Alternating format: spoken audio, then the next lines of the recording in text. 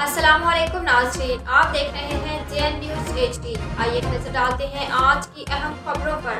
نواب شاہ خبر شامل کرتے چلے۔ بیورو چیف کی رپورٹ کے مطابق گزشتہ رات HC اکبر علی راجپوت بیچ نمبر 2167 جو کہ اپنی ڈیوٹی سے واپس گھر جا رہا تھا کہ دو نامعلوم مسلح افراد نے ووکیشنل اسکول والے روڈ پولیس لائن کے پچھلے گیٹ کے سامنے HC اکبر علی پر قاتلانہ حملہ کر کے فرار ہو گئے، جس کے نتیجے میں HC علی اکبر شدید زخمی ہو گئے، جن کو فوری طور پر PMC ہاسپٹل ICU وارڈ میں داخل کر دیا گیا۔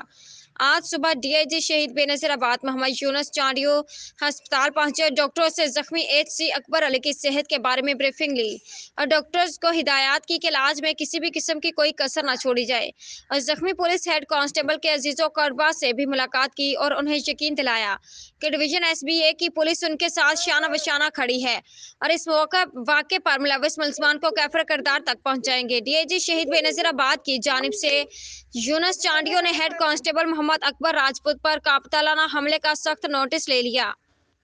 DSP سٹی کی سربراہی میں CIA انچارج SHO تھانہ سیکشن اور IT انچارج پر مشتمل ٹیم کو سخت احکامات جاری کیے، جلد از جلد واقعے میں ملوث ملزمان کی گرفتاری پر زور دیا۔ رپورٹ فاروق نعیم صدیقی، JN نیوز، نواب شاہ۔